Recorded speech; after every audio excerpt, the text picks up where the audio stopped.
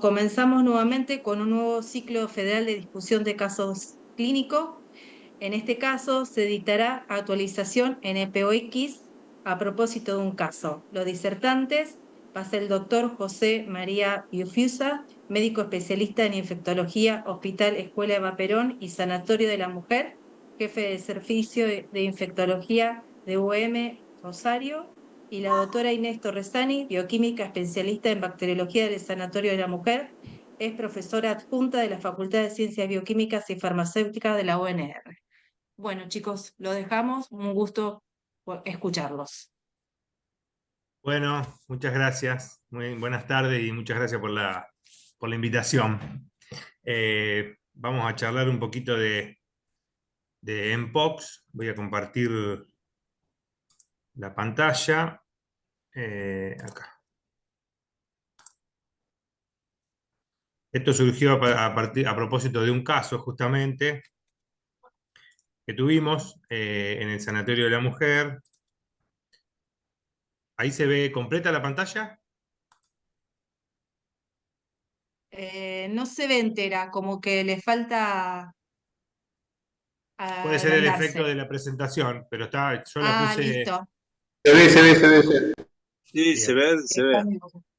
Bueno, justamente surge a propósito de un caso que tuvimos en el Sanatorio de la Mujer, y fue el primero de este año, en Rosario por lo menos, y aparentemente, o sea, no hubo ningún otro reporte antes de este caso, por lo menos en el país, hasta que la Organización Mundial de la Salud saca el alerta epidemiológico por la nueva cepa que estaba circulando en República del Congo. Así que bueno, vamos a charlar un poquito del caso clínico primero y después de la enfermedad en sí.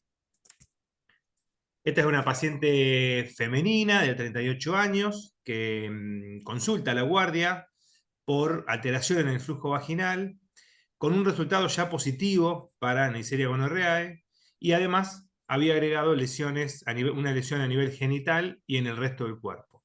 De hecho, ella primero consulta a la guardia por alteración en el flujo y una única lesión genital, que después la vamos a ver en la imagen, eh, donde el servicio de ginecología la interpreta como una lesión herpética, le da aciclovir y toma muestra de cultivo para el flujo.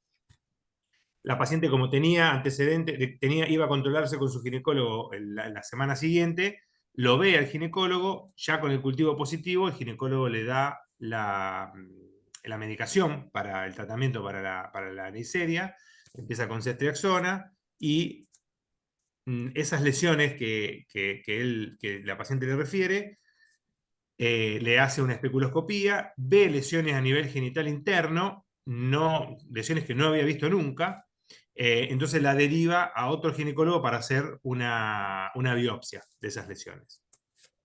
La paciente al ingreso en la guardia, digamos, estaba normotensa, afebril, sin presionaba enferma porque estaba con decaimiento, había tenido fiebre.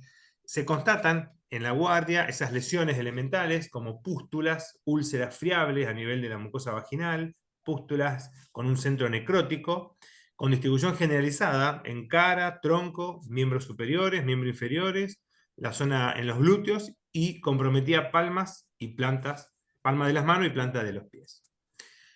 Como antecedente, no tenía ninguna enfermedad crónica. Sí había tenido en enero de este año una infección por Clamidia trachomatis, HPV a los 16 años. Refería así tener múltiples parejas sexuales con un método de barrera usado en forma irregular y controles ginecológicos en febrero de este año normales. Con ese cuadro, con los síntomas, el flujo vaginal alterado con la Neisseria gonorrhoeae, más las lesiones en piel, se decide internar a la paciente para estudio y diagnóstico oportuno. Un laboratorio de ingreso que no tenía muchas alteraciones, más que una eritrosedimentación aumentada y una PCR aumentada, el resto de los valores normales. Se solicitan serologías, HIV, citomegalovirales, virales, BDRL, antígeno de superficie para hepatitis B, herpes simple tipo 1 y 2.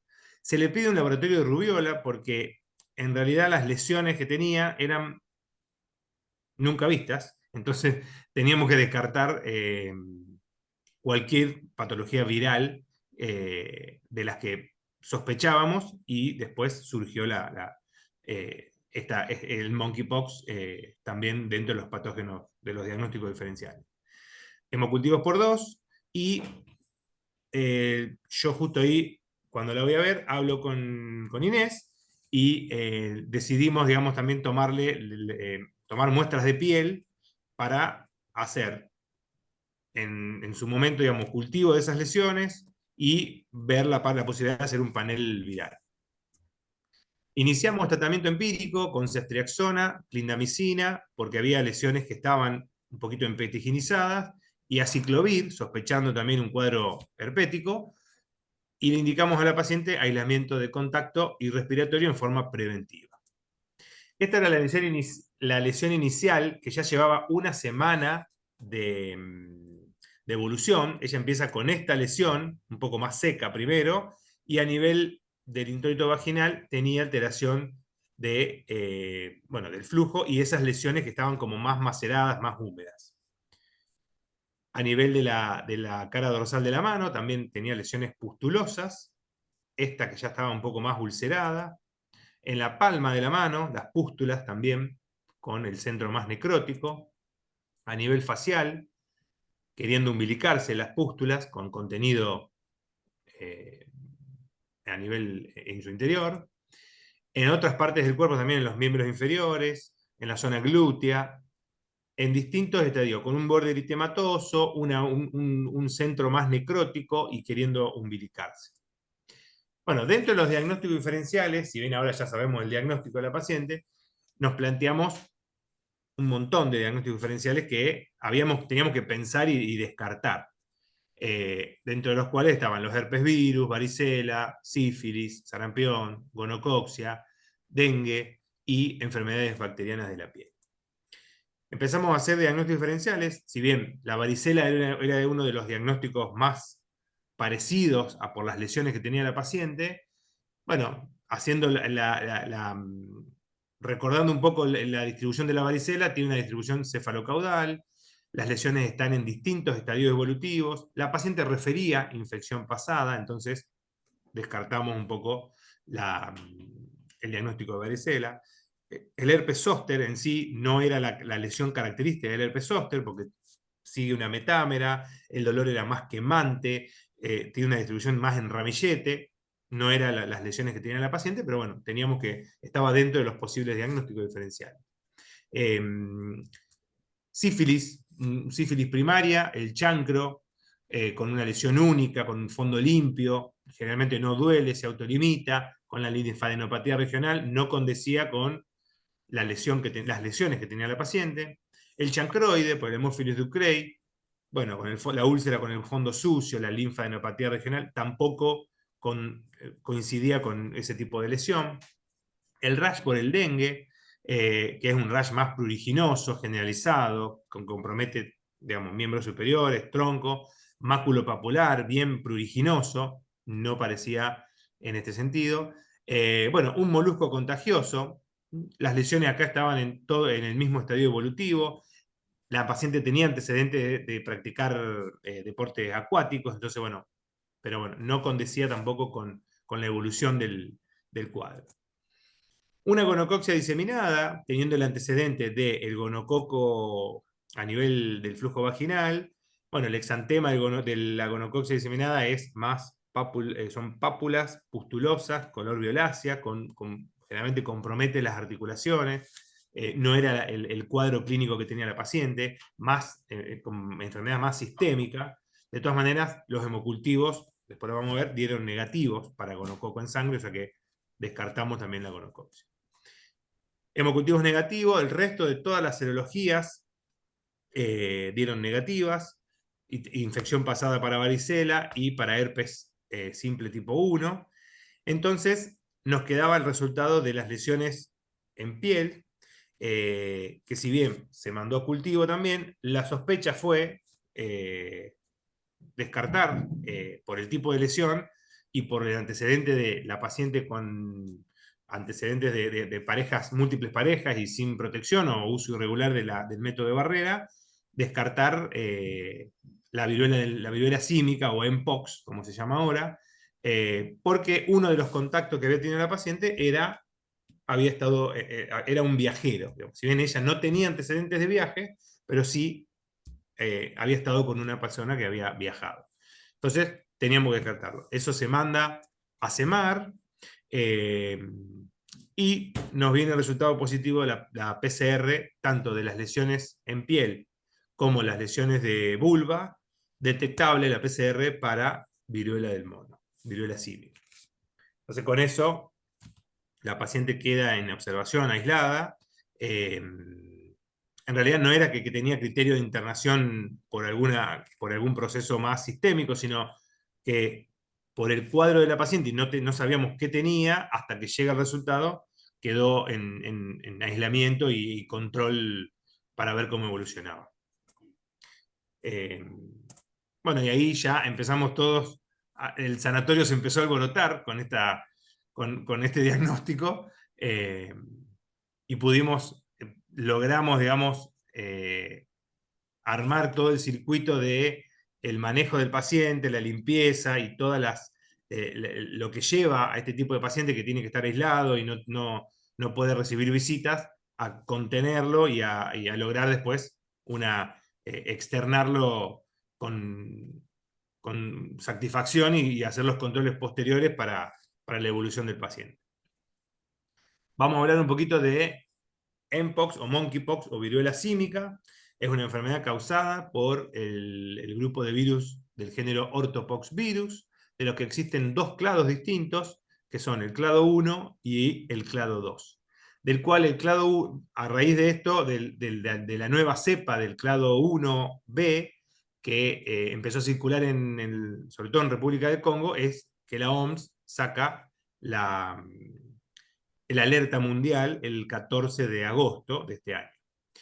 Entre estos virus, además del grupo de los ortopoxvirus, se encuentran la viruela vacuna, viruela de los caballos, de los camélidos, de los monos o símica, que son las más importantes. Tiene una transmisión zoonótica a través de la mordedura del roedor o por contacto cercano con animales vivos o muertos. Se cree que el reservorio del virus son los mamíferos pequeños y roedores como ardillas. No se puede excluir la transmisión por aerosoles y el periodo de transmisión comienza con los pródromos y no antes, como ocurre en otras enfermedades virales. Entonces, ya cuando el paciente empieza con fiebre o con los síntomas de mialgia, astenia, está contagiando de alguna manera. Hasta el presente se reconoce que la transmisión interhumana ocurre a través de gotas o por contacto con lesiones o fluidos corporales o ropa de quienes se encuentran enfermos o en el periodo de transmisión, y la mayoría de los casos reportados recientemente en los últimos años se dieron en personas más jóvenes, la mayoría con lesiones genitales o perigenitales. Por lo tanto, si bien no está considerada una infección de transmisión sexual, sí la vía de transmisión sexual fue la que mayor contagio produjo. Bueno, tiene un periodo de incubación de 5 a 21 días, un periodo prodrómico con fiebres, decaimientos, cefalea, mialgias, linfadenopatías regionales, rara vez puede tener náuseas y vómitos. El periodo exantemático, donde empieza el exantema después de 1 a 3 días de inicio de la fiebre, predominando, en realidad puede estar en todo el cuerpo, pero cara, extremidades, palmas y plantas y afección de mucosas, y se caracteriza por empezar como una vesícula que después se evoluciona a una pústula, donde después empieza evoluciona a la umbilicación en la parte central de esa pústula, como habíamos visto en las imágenes de la paciente, se ulcera, la lesión ulcerada y las costras.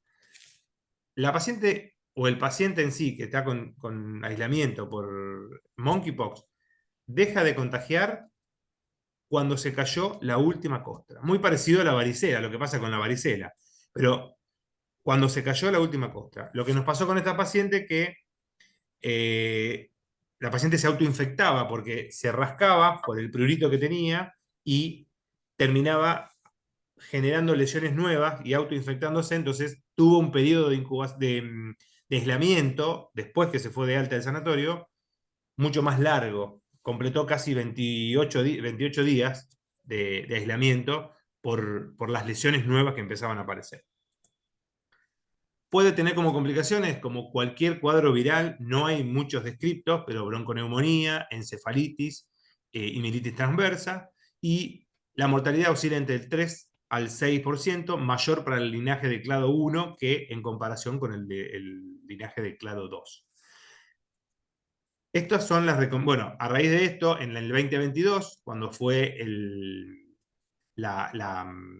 brote que tuvimos acá en América del Sur, en realidad, y en Argentina, la SADI, la Sociedad Argentina de Infectología, larga las recomendaciones y la definición de caso probable de Mpox a todo paciente con un exantema agudo inexplicable, que además se acompaña de fiebre, cefalea, mialgias, dolor de espaldas, linfadenopatía, y que ese exantema no se corresponda con ninguna de las patologías que vimos antes de los diagnósticos diferenciales.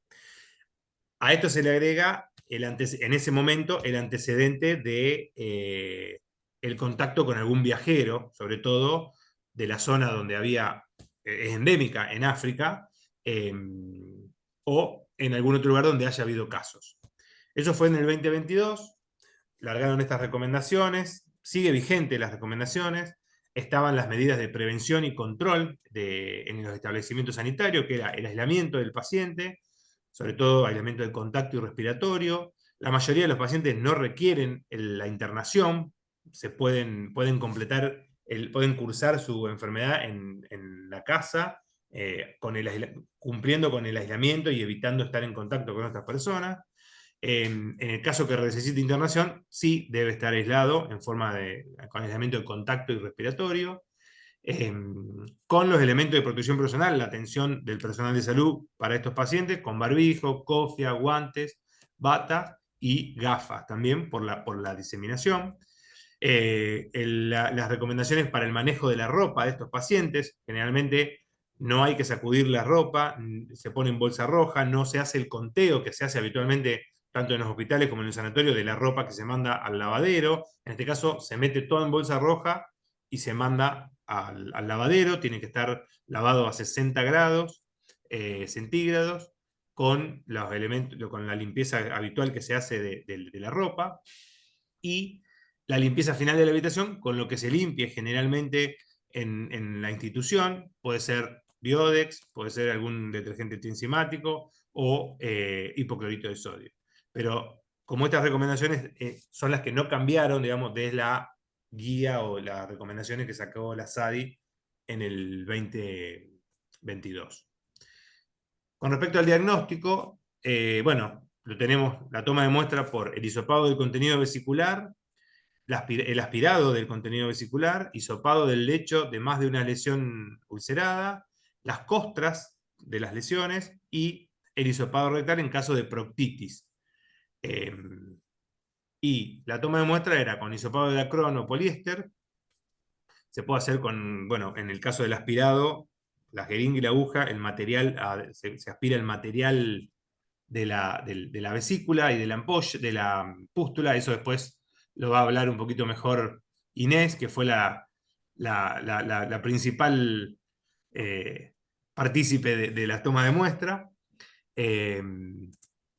Bueno, como es una enfermedad de denuncia obligatoria, tenemos que hacer la ficha epidemiológica, donde, si bien están los datos del paciente, lo que siempre recalcamos es los datos filiatorios del paciente, que esté con letra clara, legible,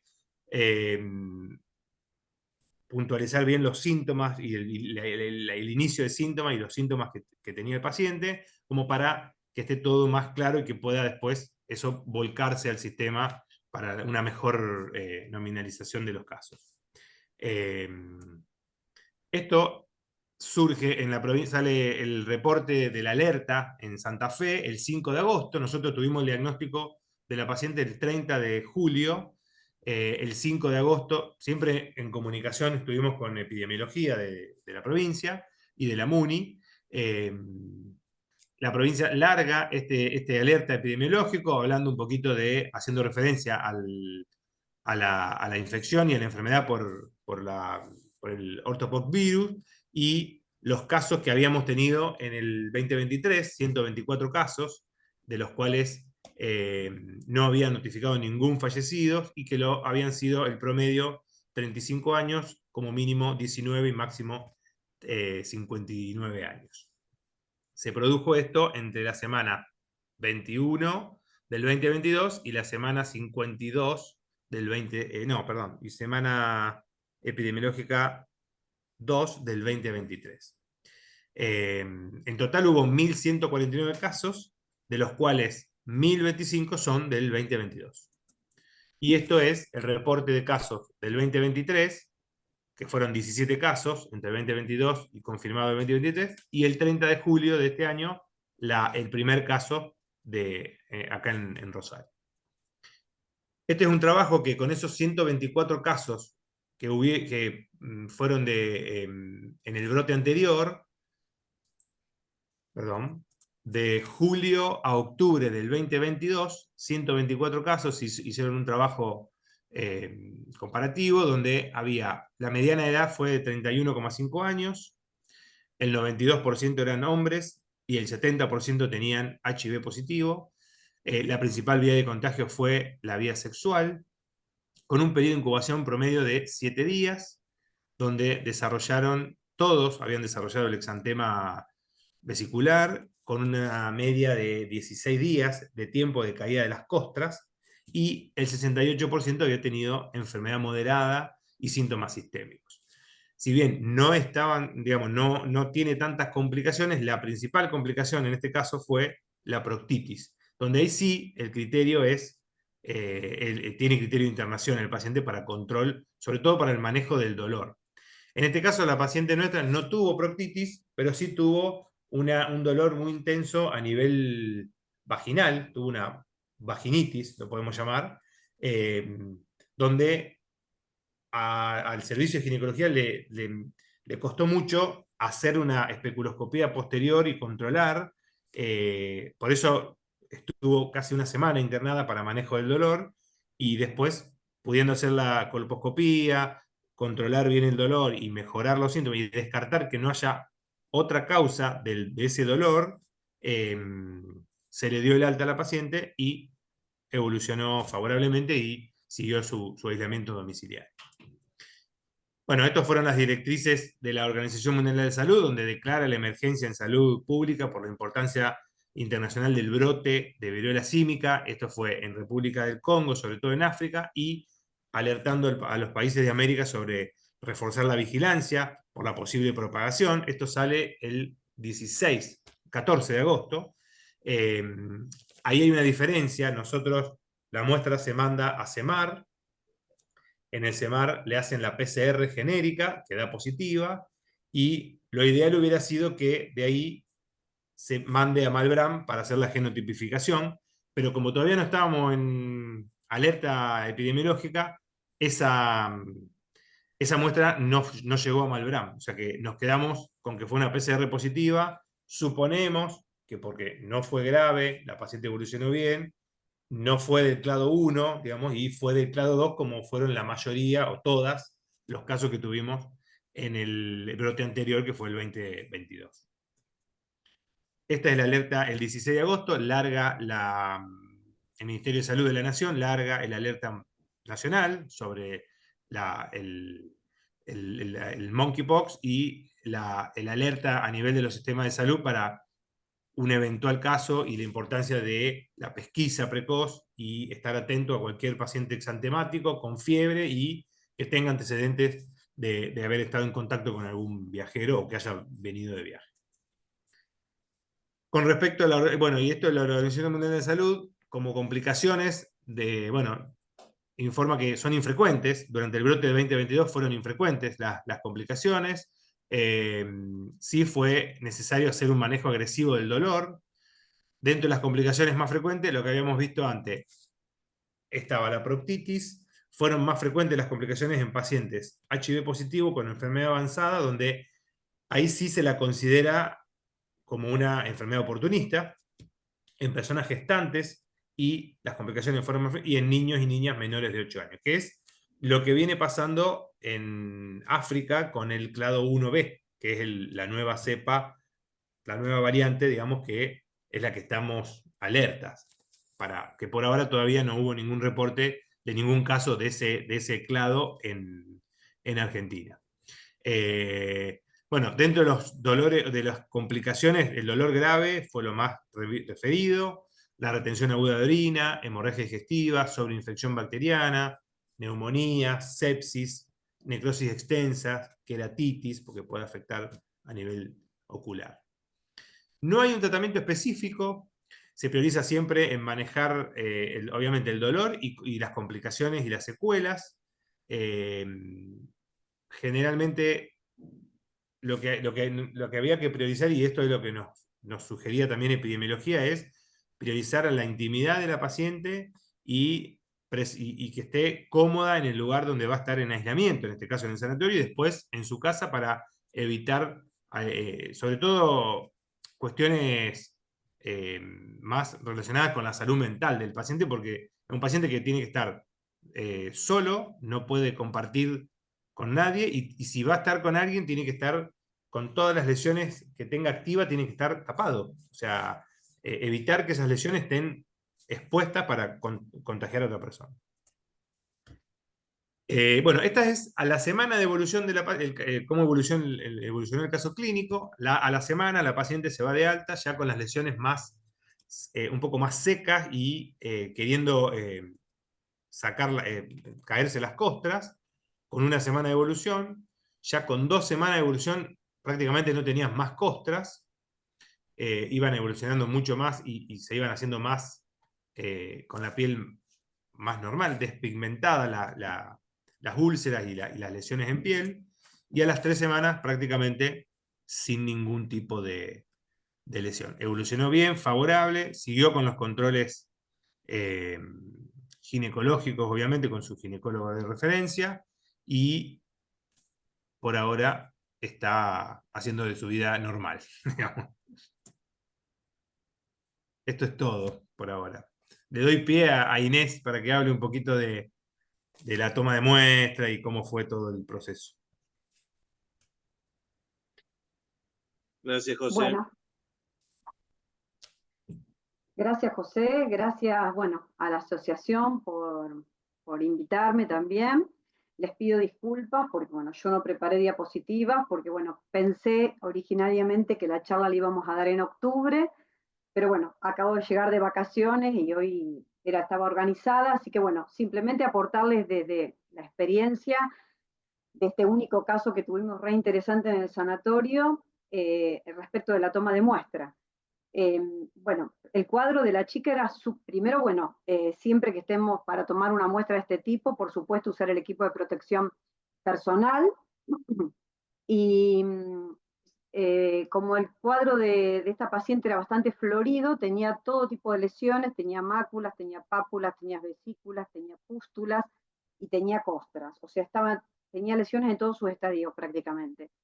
Lo que a mí me llamó la atención fue que cuando intenté hisopar lo que serían las vesículas, no se rompían fácilmente, tal es así que consulté a los infectólogos y me permitían punzarla, así que bueno, con una aguja tuve que punzar esas vesículas, que largó apenas un poco de líquido como todas las vesículas virales, ¿verdad? Un poco de líquido, y también la otra muestra que se le tomó fue de las lesiones de mano, que estaban un poco más ya ulceradas, que es así, la froté con un hisopo de Dacron. La muestra que tomé con hisopo de Dacron directamente hice una suspensión en solución fisiológica, o podría haber sido también en el medio de transporte para virus. Y en cuanto a la muestra que tomé de la vesícula por punción, la remití de esa manera. Ambas muestras fueron positivas. El otro punto importante fue, como les dijo José, que bueno, después de que lograron controlarle un poco el dolor a la paciente, le tomé una muestra también de la lesión perianal que ella tenía, que esa era sumamente dolorosa y que incluso aparentaba otro tipo de lesión porque era blanquecina y muy húmeda, tal vez por la mucosa, ¿no es cierto? Y que esa también dio positiva. Y a la semana la ginecóloga la interviene, le coloca espéculo, que era un dolor terrible para la chica, y me llamó poderosamente la atención que apenas coloca el espéculo, es que como venía un líquido purulento que yo aspiré, y a su vez tenía como mucha fibrina que le tapaba la vagina, tal es así que no se podía ver el cuello del cérvix. La ginecóloga limpia toda esa fibrina de la reacción inflamatoria y toma también una biopsia de la pared vaginal. Y tanto el líquido como también la biopsia de la lesión vaginal, ambas muestras también dan positivas para la viruela del mono. El otro punto que a mí, bueno, me parece, bueno, que José ya les dijo que lamentablemente esta muestra no fue remitida al Malbrán para poder hacer secuenciación, que sería un punto muy importante desde el punto de vista epidemiológico. Y un poco la PCR que se hace Real Time PCR, como es un virus de doble hebra de ADN, se puede hacer o una PCR por Real Time genérica para ortovirus, o bien la específica del monkey virus. También hay en centros de referencia, hay PCRs para hacerle el clado 1 y el clado 2. Lo que es relevante acá es que cuando se hace la real-time PCR para el monkey virus, comprende tanto el clado 1A como el 1B, como el 2A como el 2B. Es decir, que identifica todo. Basta que esto dé positivo para que ya se pueda considerar que tiene viruela del mono. La cuestión interesante de esto es que si al abrirse y hacerse la real-time PCR para el clado 2 y da positiva, está perfecto, cierra bien porque no hay prácticamente reportadas de lesiones a nivel de fragmento de ADN del clado 2. Sin embargo, si da negativa para el clado 1, ahí sí es importante hacer la secuenciación porque ya se han reportado de lesiones en la hebra del clado 1 que hace que escapen a la PCR que hasta el momento se está utilizando. Por eso en ese caso sí hay que, si llega a dar positiva para la genérica del monkey y da negativa para el clado 2 y clado 1, ahí habría que hacer secuenciación. Y la secuenciación es lo que nos va a permitir ver realmente, comparar epidemiológicamente y ver cuáles son realmente los virus circulantes. Como les dijo José, el que era preponderante era el 2, y ahora la nueva variante es el 1B, que también apareció en Suecia. Así que sería ese a considerar en el caso que tengamos una PCR para clado 1 y 2 negativa con la genérica para monkey positiva. Bueno, y en cuanto a otra cosa más, no le puedo comentar porque bueno, fue la toma de muestra, esto se mandó al CEMAR, y ahora que está la alerta epidemiológica, sin duda, si llega a haber casos posteriores, van a ser remitidos al Malbrán para hacer la secuenciación, que sería lo ideal. No sé si tienen alguna pregunta, pero bueno, yo desde lo mío, bueno, otro punto importante es que las muestras, ya sea que las tomemos con hisopo de Dacron y las conservemos en tubo seco, como que hagamos una suspensión fisiológica, o bien que hagamos una suspensión en el medio de transporte de virus, siempre hay que conservarla en la heladera dentro de la hora de remitida o hasta que se remita al centro de referencia, y si el periodo va a ser muy prolongado, se tiene que conservar a menos 20 grados. Y como todo material genético, no se puede congelar y descongelar porque pierde la viabilidad del virus y pasaríamos a tener un falso negativo en la muestra. Bueno, por mi parte nada más. Les vuelvo a pedir disculpas que no tenía diapositiva, pero bueno, llegué recién de vacaciones y no tuve tiempo de armarles algo un poco más vistoso, digamos. Bueno, excelente la disertación de ambos. No sé si hay preguntas.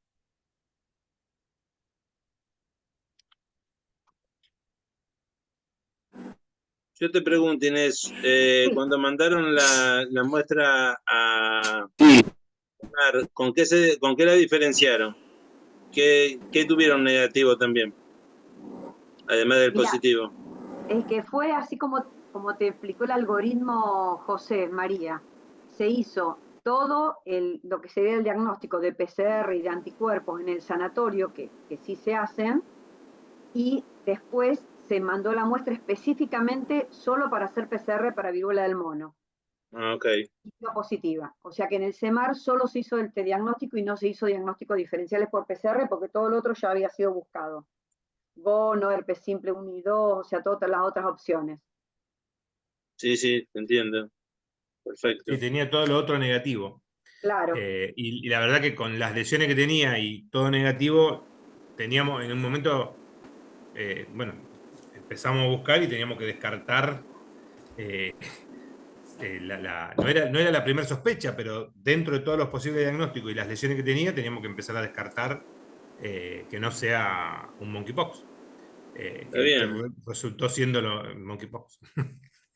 Lo que le jugaba en contra es el sexo femenino, viste que se sabe, la gran mayoría es sexo masculino que se da. Sí, sí, La gran mayoría. se dio más frecuentemente en sexo masculino, bueno, hombres que Bastante, tienen sexo con hombres, sí, un 80 y pero tanto bueno, por ciento. sí, es más frecuente en el sexo masculino. Sí, incluso dentro del sexo masculino es más frecuente en homosexuales y pacientes HIV. Sí. Y esta chica era una chica sana. Sí, eso es lo que llamaba la atención, pero bueno, sí tenía todo un antecedente de relaciones de compañeros sexuales sin protección, múltiples, con varias enfermedades de transmisión sexual, digamos, este año también, y bueno, y ante las lesiones que tenía, lo teníamos que pensar y bueno, por lo menos pudimos llegar al diagnóstico. Sí, indudablemente que la enfermedad gonocóxica a lo mejor abrió un poco el camino. Sí, totalmente. Clamidia previa también. Y había tenido clamidia también. Por eso, Clamidia, tenía sí. ya bastante. Sí. Le hago una consulta. ¿El tratamiento solo se hizo para el dolor? No necesita otra cosa. Tratamiento para el dolor, no hay un tratamiento específico. Hay algunas drogas que no están acá, están en experimentación, que son como inmunomoduladores, pero que por ahora no están para el tratamiento en sí. Están aprobadas, digamos, sobre todo en áreas endémicas, para como experimentación, para ver si resulta y poder ampliar el tratamiento, pero en sí es tratamiento del dolor. Porque la mayoría de los pacientes, de hecho, en el 2022, la mayoría de los pacientes como dolor había tenido como complicación proctitis, que genera mucho dolor, y fueron los que requirieron internación, digamos. Lo mismo que la vacuna, no hay una vacuna, si bien tiene similitud con el virus vaccinia, digamos, de la viruela, no hay una vacuna todavía,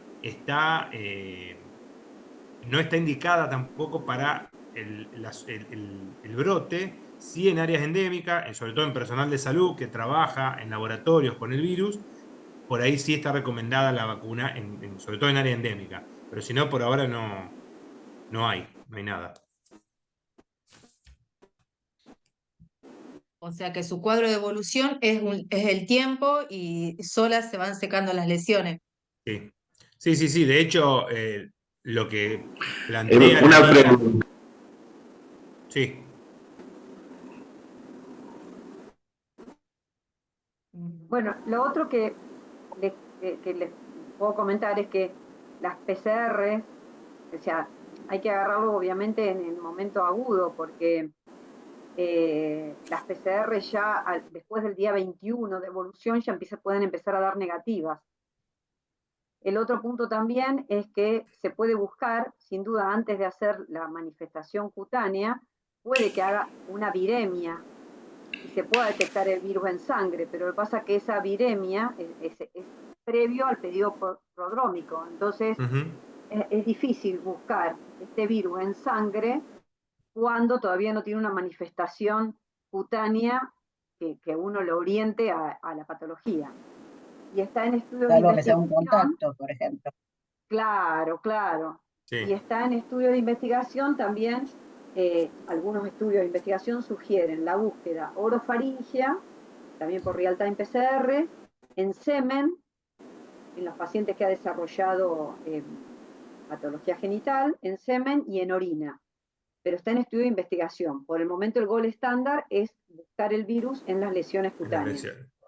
Sí.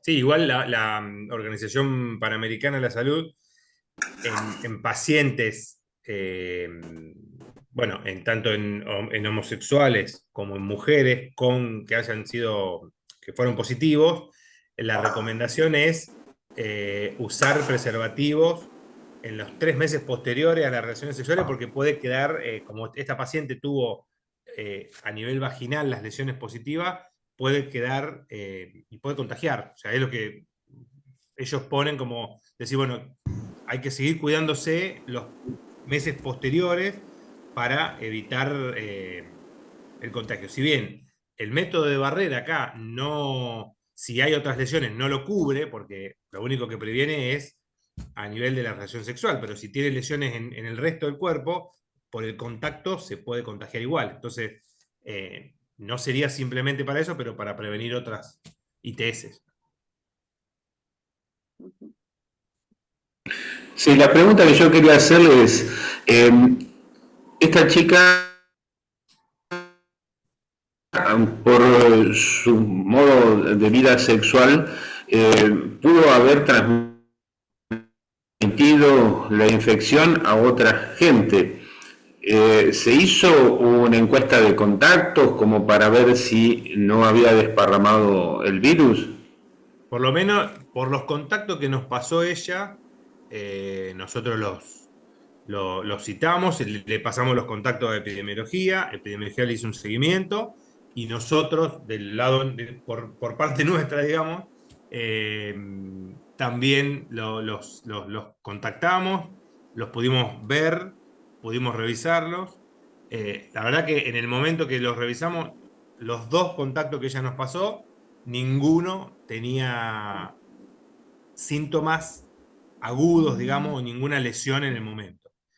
Pero sí uno había tenido lesiones previamente, que fue mucho antes de que la paciente manifieste esos síntomas. Así que suponemos que fue ese el caso índice, digamos, que fue el que el que lo contagió a ella.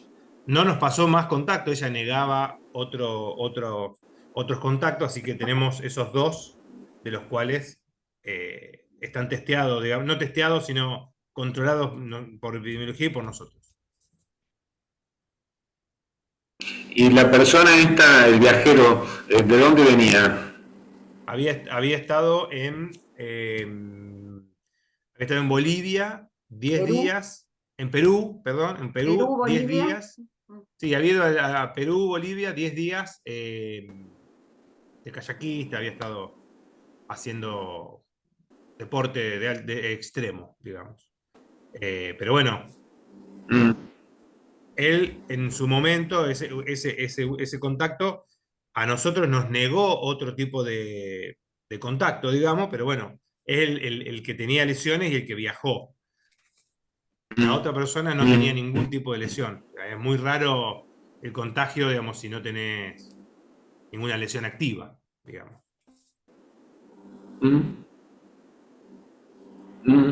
Sí, sí, sí, sí, sí. Sí, es lo que por ahí es a través del semen, ¿no? Como decía Sí, Inés. más que nada es, claro, sí, es puede haber probable. sido que haya sido posterior, sí, también. Pero bueno, la verdad que fue un caso, primero, interesante por todo lo que nos hizo estudiar también, porque Estudiar, repasamos un pensar. montón de patologías y aprender también de esto, por una cuestión de que si bien tenemos nosotros cuestiones de decir, bueno, aislamiento a este paciente, lo tratamos de esta forma. Acá no teníamos un tratamiento específico, era simplemente controlar cómo venían las lesiones. De hecho, una de las recomendaciones tanto de la SADI como a nivel nacional y a nivel de la Organización Mundial de la Salud es el paciente con sospecha o con sospecha sobre todo, se le toman muestras y se lo aísla en la casa hasta que llegue el resultado. Si es confirmatorio ya está aislado y si es negativo, bueno, se sigue el estudio de otras patologías, pero la mayoría de los pacientes cursan el aislamiento digamos, en forma domiciliaria, digamos, con todos los recaudos, con todas las precauciones, pero en su casa. Salvo, bueno, que tenga dolor extremo, como tuvo esta paciente, o que tenga alguna otra complicación, pero si no, la mayoría están en el domicilio cumpliendo el aislamiento. De hecho, esta chica hizo una semana en internación, mejoró el dolor y se fue y completó casi, sí, 3 semanas más de aislamiento, total 28 días en su casa. ¿El tratamiento del dolor requirió analgésicos opiáceos o con AINE fue suficiente? No, empezamos con AINES que no mejoraban y después subimos a opiáceos y también un poquito de corticoide. Fue corticoide y también morfina. Prácticamente lo que le calmó, lo que mejoró los síntomas y ayudó a desinflamar para que después ginecología pueda, porque una de las cuestiones era que no podían ver el cuello del útero y descartar que no haya otra lesión, aparte de lo que ya teníamos el diagnóstico, otra lesión, ya sea un cáncer de cuello de útero o algo. Entonces, si bien teníamos el control ginecológico negativo de febrero, pero entonces, hasta que no pudieron sacar toda esa fibrina y ver bien el cuello del útero, que fue lo que desinflamó fue el corticoide, que ayudó a desinflamar, y el opiáceo que mejoró el dolor. Y con eso negativo y quedándose tranquilo que estaba bien el cuello del útero y mejoró el dolor, se fue a la casa completando el aislamiento. Bien.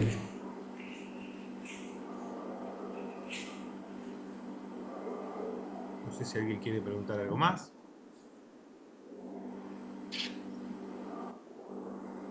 No sé si hay alguna otra pregunta. La verdad que el caso es muy interesante. Muy interesante. Sí. Muy interesante. Porque lleva a ver cómo evolucionó con 2 patologías a la vez, la gonocóxica y la viruela símica. Sí, sí, totalmente. Y también,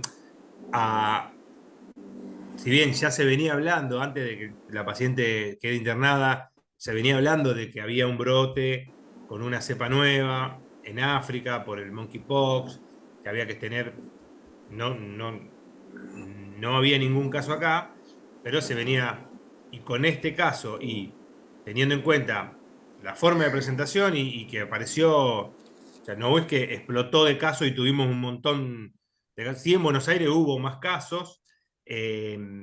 Después, hablando con gente de allá de Buenos Aires, también ellos tienen, si bien no se reportaron a lo mejor o no están dentro de los reportes de alerta, tienen como casos aislados en distintos barrios donde ellos suponen que puede haber quedado como una circulación viral en un grupo, digamos, y que aparece cada tanto algún caso.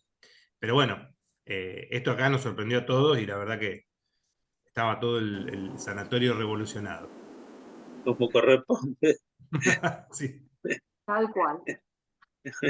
Sí. No, pero aparte la sorpresa, ¿no? Esto de que uno está habituado a tomar materiales clínicos, como todo, pero esto es esa vesícula de la piel que no se rompía, era como una cosa gomosa, ¿no?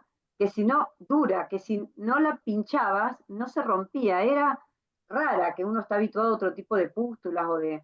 Eso es raro. Y después tener toda esa vagina recubierta de fibrina que no se le veía el cuello del útero y que le iban sacando la fibrina y le iban limpiando, toda esa reacción inflamatoria, fue una cosa realmente yo nunca había visto, ¿no? Muy rara, muy raro. Yo, sí, de hecho, cuando la paciente tenía una biopsia hecha en otro lado, antes de que se interne, cuando la manda a su ginecólogo, y después hablé con el ginecólogo que le hizo la biopsia, él me dice, yo la verdad le tomé una biopsia de las muestras de vagina, que obviamente esa muestra dio inespecífica, digamos, en anatomía patológica.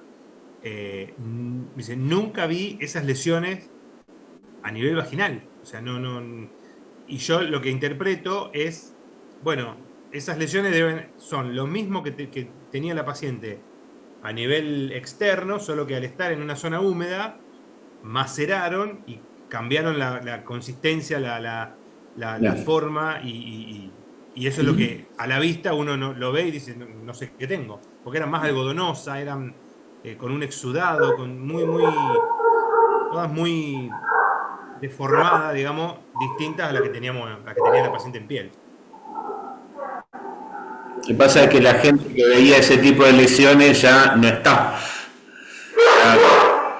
Partió, y nos estamos encontrando con una enfermedad que supuestamente, bueno, la humana la habíamos erradicado en 1980. Entonces, los médicos que habían visto eso, o los bioquímicos virólogos que habían visto eso, ya ni siquiera están. Claro, Ya sí, totalmente. Entonces, es todo un aprendizaje nuevo.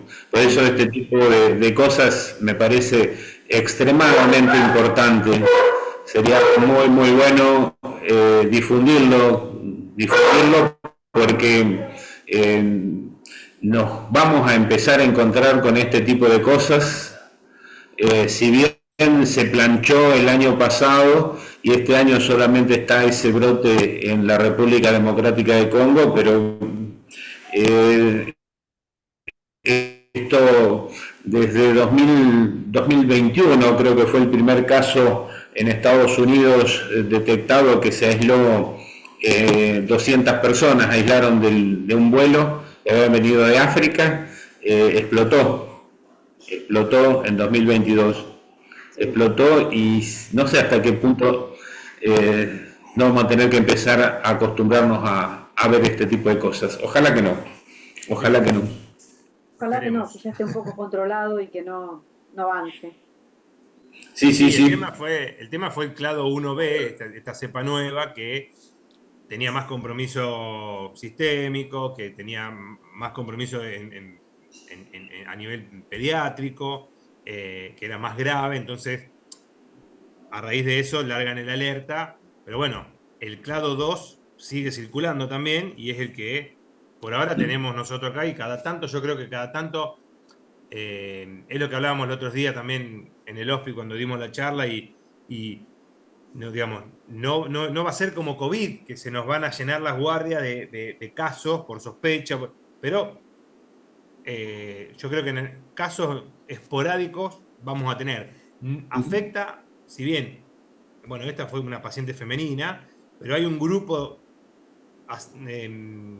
determinado, digamos, que tiene más preponderancia para contagiarse, que son los hombres que tienen sexo con hombres, HIV positivo. O sea, hay un grupo más reducido, no tan reducido, pero un grupo en sí, de los cuales tenemos, y de hecho lo vemos en el consultorio, que también, no solamente estos casos, porque no vimos tanto en consultorio, pero vemos aumento de las otras ITS, la sífilis, la gonorrea, o sea, un montón de otros casos que van de la mano de esto de la falta de cuidados, digamos, de protección con el método de barrera. Sí, por más que la Organización Mundial de la Salud dice no hay que estigmatizar, el grupo, digamos, de riesgo es el grupo. Totalmente. Sí. No sé si hay otra persona que quiere hacer una pregunta. Acá en el chat no tengo ninguna pregunta, Norbert. Bien. Bueno, Edu, me parece que